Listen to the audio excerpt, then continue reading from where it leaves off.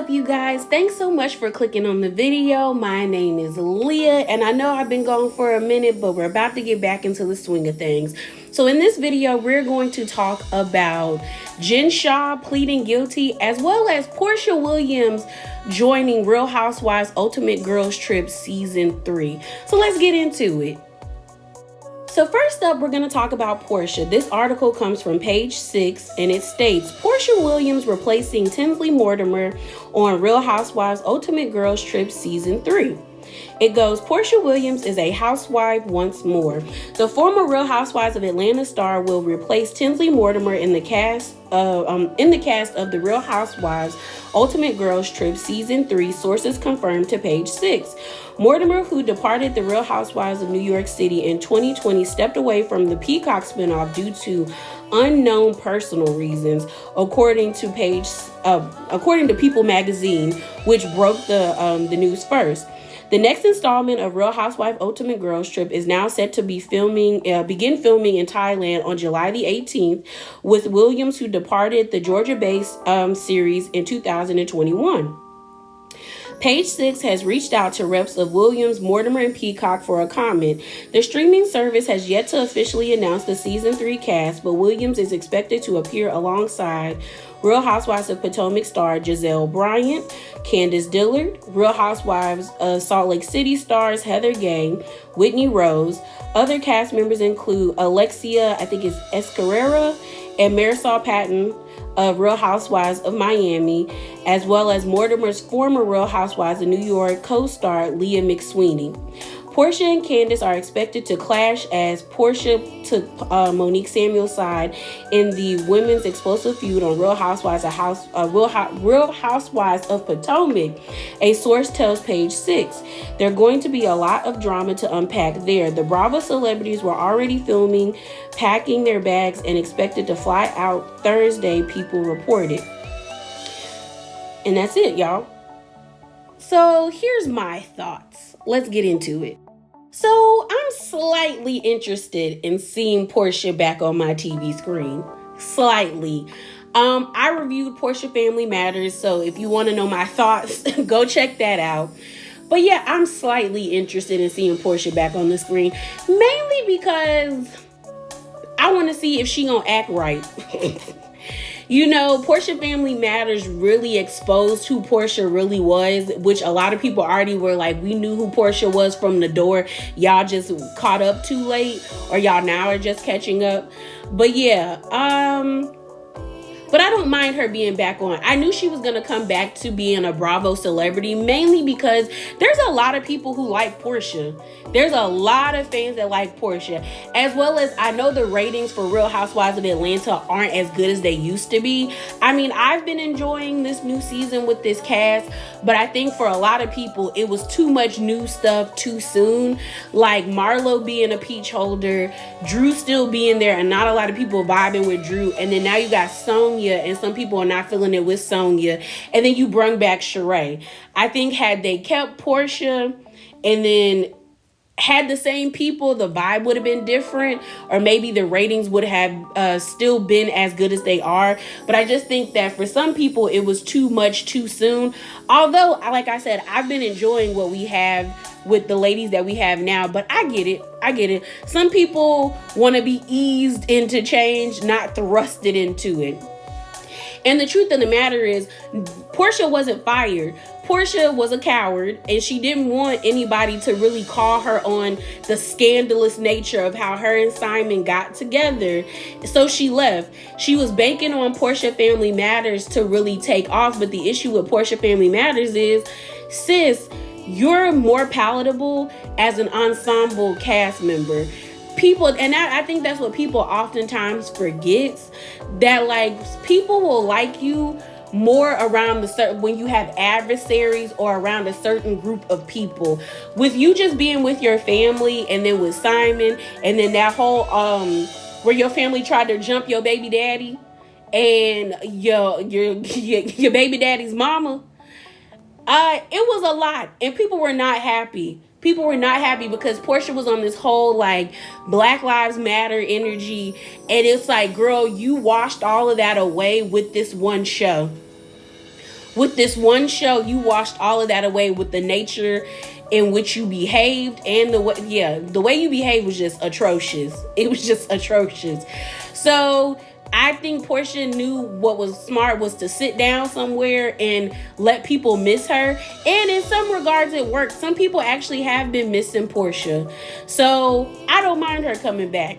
I will say, I know people are like excited because they think we're going to get an explosive exchange between Candace and Porsha. And we might. I'm gonna let y'all already know I'm always gonna be on Candace's side because Porsha stepped her foot into a situation that did not call for it. Granted, she was on that popcorn show or that Papa something show. I don't know the name of that show. I ain't watch it like that.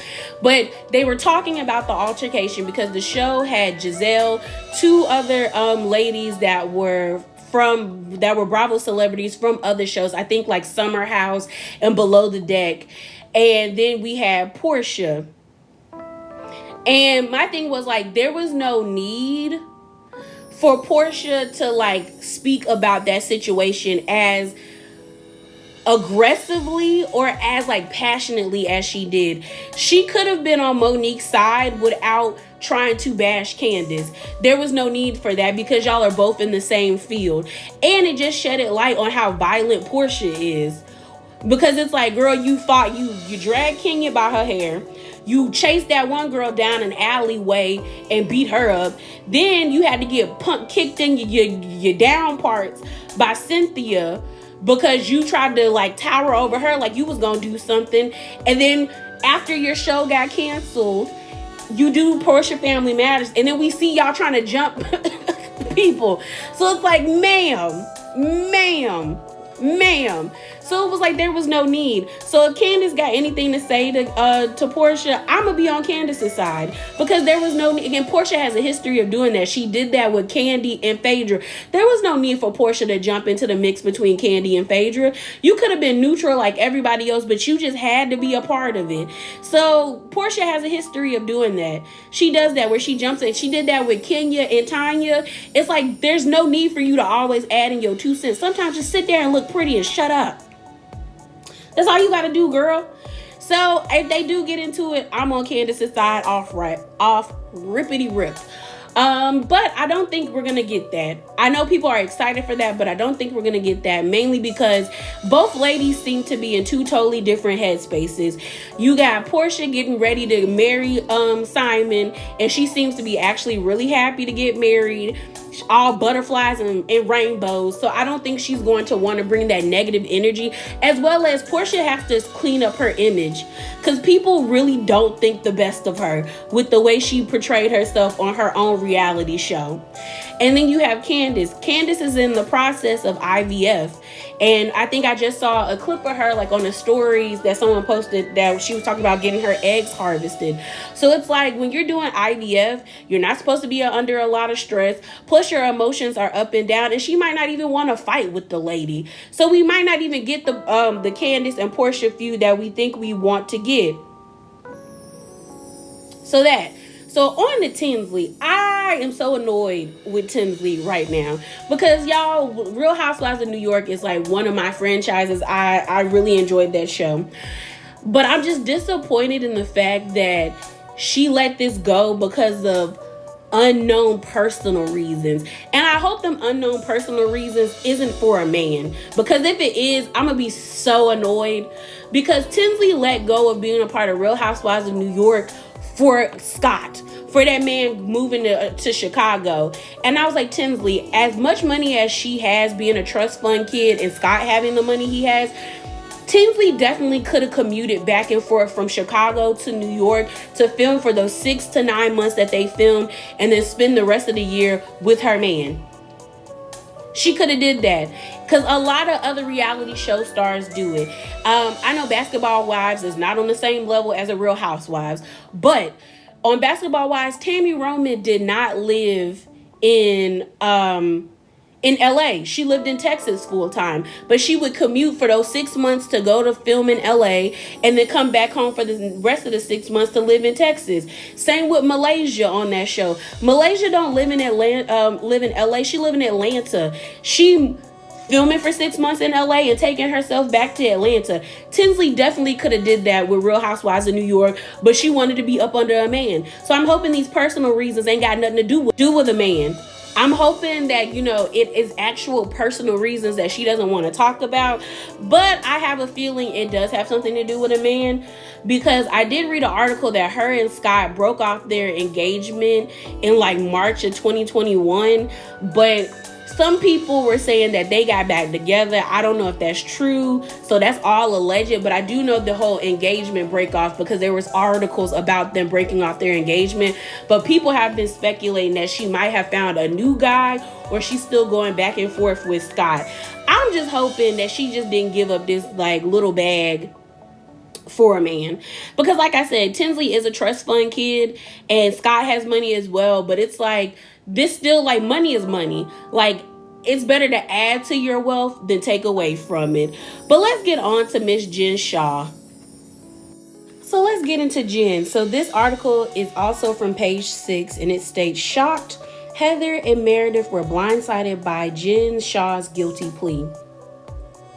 Heather Gay and Meredith Marks, like the rest of the Real Housewives of Salt Lake City cast, were blindsided by Jen Shah's guilty plea. A source exclusively tells Page 6 that the beauty lab and laser owner and jewel designer were informed of their castmates' legal strategy shift just moments before it was made official.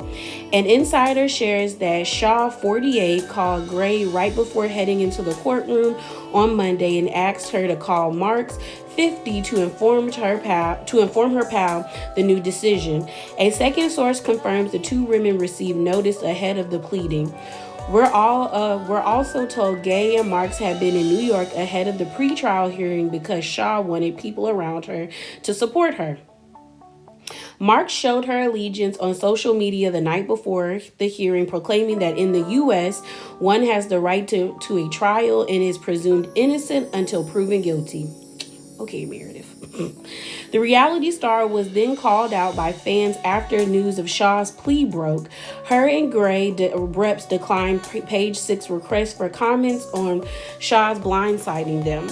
However, we're told Marks and Gray are not alone, and that other cast members, including Whitney Rose and Lisa Barlow, were shocked as well. Everyone was surprised, sources say, adding that Shah continuously told other housewives that she was innocent and that she was going to fight. The insider claims the disgraced marketing executive told friends the reason people plead guilty is because they're afraid they can't afford it, but she can afford it, and she was going to fight for her innocence. The Real Housewives of Salt Lake City cast was under the impression that Shah was in New York just for a pre-trial hearing to prepare to fight the allegations with her counsel. The Bravo celebrity pleaded guilty to one count of conspiracy to commit wire fraud in connection with telemarketing, while the U.S. attorney agreed to drop the other counts against her, conspiracy to commit money laundering.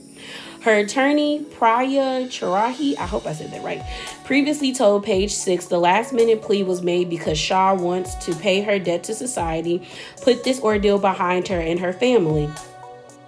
Other sources say Shah felt like her back was against the wall when she and her team saw the evidentiary support against her and who was going to testify. She knows her back was, she knows she had to plead guilty because she was going to be guilty anyway, and she didn't want to drag her mom, her husband, her kids, and everybody into it, the insider says.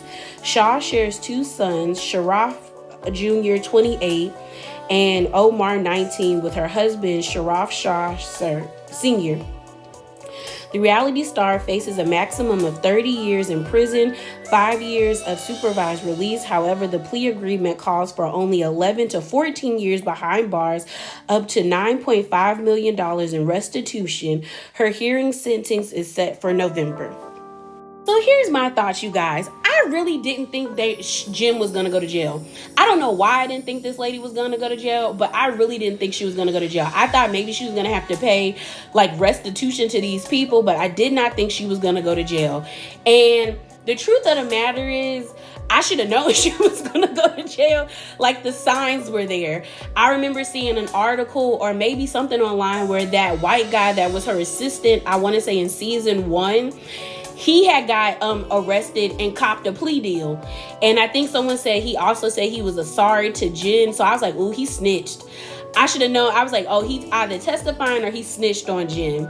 And then when she got arrested by the police officers, are like, she jumped ship when they came on season 2 and they were like from New York. I should have known, like, bro, they came from New York all the way to Utah. They were not going to just come to New York from Utah without actually having like evidence against Jen. So I should have known something was going to happen, as well as people saying that this department in New York has like a 98% conviction rate. And I was just like, And y'all know that 2% probably was white people. Because we know if you have any melanin in your skin, you going to jail. You are going to jail. So I'm just like, Jen, why? Why would you get up here? Same with Teresa and Joe, Erica and Tom. Teresa went to jail for a year. Her husband, her ex-husband, Joe, got deported and went to jail. You got Erica and Tom dealing with Erica still getting sued by the victims and they garnishing her wages. And Tom is getting sued. And I think Tom is in jail. I don't know. Possibly. I just know he locked. The last time I saw Tom, he was in handcuffs. So I'm just like, why do y'all get on these shows and not think people are going to be envious or jealous? Or maybe that's what you want because you want an ego boost. But people are going to come for you. It's either people are curious about how you make your money, especially when they ask and you can't give a clear-cut answer. And people want to know. And it's like, man, why? Also, you can like floss on the internet and have like name brand and label stuff. Like, Jen is too braggadocious. And if I was her, I'd have kept my mouth shut and would have faded into obscurity. I would have did that. But if you just think about it, like, the only people you can truly feel sorry for is her kids and the victims. Those are the only people you could feel sorry for. Because it's like you went after disadvantaged people. No, like vulnerable people. Oh, like she probably took those people's life savings and their like retirement. And that's not fair because they probably worked their asses off to get it. Years being in the workforce. Like, you shouldn't have to worry about that when you get old. You should be able to rest and enjoy your life. Then you have her kids. They're 19 and 28. She is going to miss like the pivotal moments in their lives. And I mean pivotal. You think about it. She's going to miss like college graduations. Whether they go to whether they're graduating from undergrad, masters, or if they decide to go get PhDs. She's going to miss like marriages if they decide to get married. She's going to miss them buying their first homes, them being a part of like getting their first like real like career driven job. She's going to miss so much because at a minimum, she is going to have to serve 11 years. Jen will be 59. She's 48 now. If she has to serve the 14 years, Jen will either be like 64 or 63 when she get out.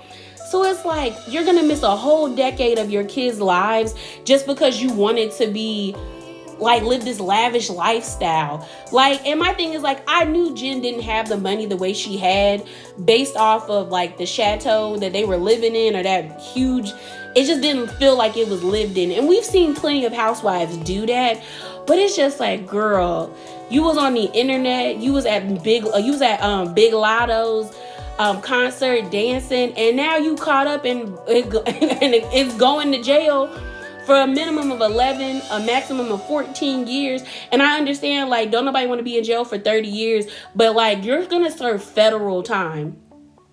And there's no, like, normally when you do federal time, there is no like getting off for good behavior. You serve the full 11 to 14 years she's getting like served with.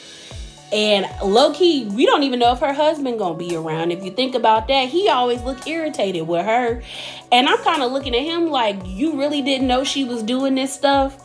Ain't that much football practice that you ain't know your wife was getting this from? Because if you wasn't bringing it in, then what was she doing?